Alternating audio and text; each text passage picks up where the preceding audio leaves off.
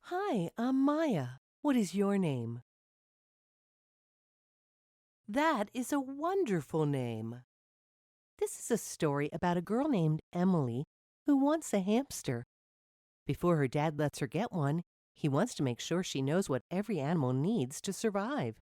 Her dad helps her understand that all living things need food, water, air, and a place to live in order to survive. Are you ready to hear the story? Great! Let's begin. Emily and her dad were visiting the pet store. While there, Emily saw a cute little hamster. "Dad, can I get a hamster?" Emily asked. "I don't know, Emily," her dad replied. "Taking care of a hamster is a lot of work. Do you think you can give a hamster everything it needs?" "What does a hamster need?" Emily asked. "Well, think about the things that you need to survive," Emily's dad said. Emily thought about it and said, "Well, I guess I need food to eat and water to drink. I also need air to breathe, clothes to keep me warm, and a house to live in." "That's right," Emily's dad said, "and animals need many of those things." Emily's dad explained that every animal needed 4 basic things to survive: air, water, food, and a place to live. Without those 4 things, it is difficult for animals to survive. But did you know that animals are not the only things that need air, water, food, and a place to survive? Emily's dad asked. "What else needs those things to survive?" Emily asked. "Everything that lives," her dad said, "including plants and fungi." "But plants and fungi don't breathe," said Emily. "How can they need air?" Her dad explained it to her. Humans and animals breathe in air. Air is made up of several different parts, just like your trail mix has lots of different things in it. The most important part of the air that humans and animals use is called oxygen. The oxygen flows in the animal's blood and helps its body work correctly.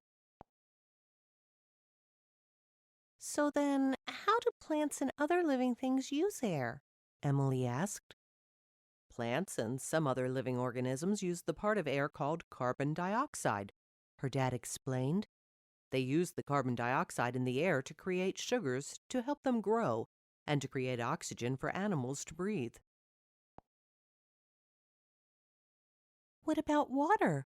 Emily asked. "Things in the desert don't need water," she said.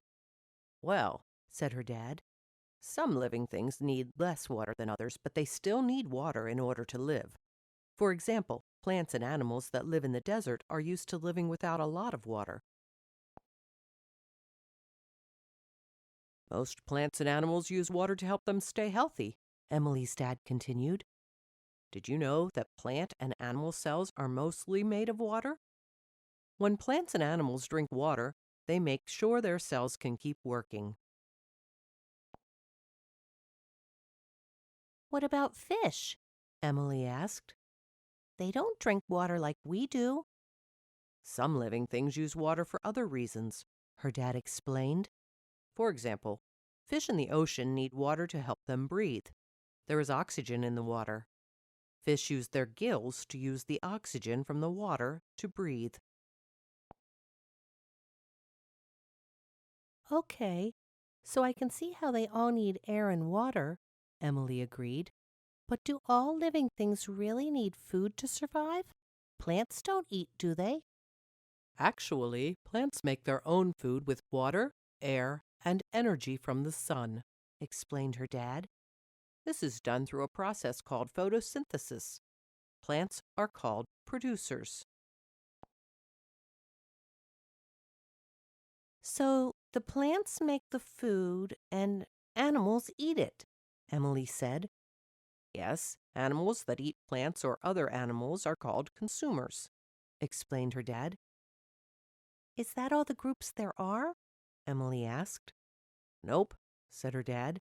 There are three groups of living things: producers, consumers, and decomposers.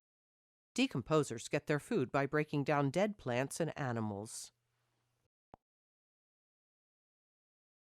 So now I know producers make the food they eat, consumers eat food made by others, and decomposers break down dead plants and animals to eat, said Emily. But why do living things eat? The food plants and animals eat provides nutrients, her dad explained. The nutrients help their bodies stay healthy and keep working.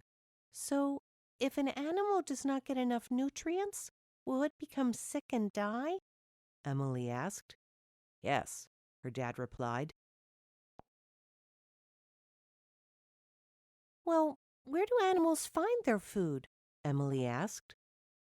The place where an animal lives is called its habitat, and this is where an animal finds its favorite food, her dad told her. So, if an animal is taken away from its habitat, it may not find enough food to eat? Emily said. That's right, said her dad. And plants also cannot make enough food to eat if they are not in the right habitat. What else do animals find in a habitat? Emily asked. In a habitat, plants and animals also find shelter, her dad explained. Shelter is important because it protects plants and animals from the weather and predators. I remember seeing bird nests made from sticks and leaves, Emily said. That's right, her dad said. Some animals build shelters, and there are other animals, such as snails, that carry their shelters with them. So do you think you can give a hamster everything it needs? Emily's dad asked. I think so, said Emily. Emily picked out the hamster she wanted. Then she picked out a large cage and some soft bedding, a water bottle, a food dish, and some hamster food. Emily took her hamster home and set up its cage. Every day she made sure her hamster cage was clean and that it had plenty of food to eat and water to drink. She wanted to make sure her hamster had everything it needed to survive.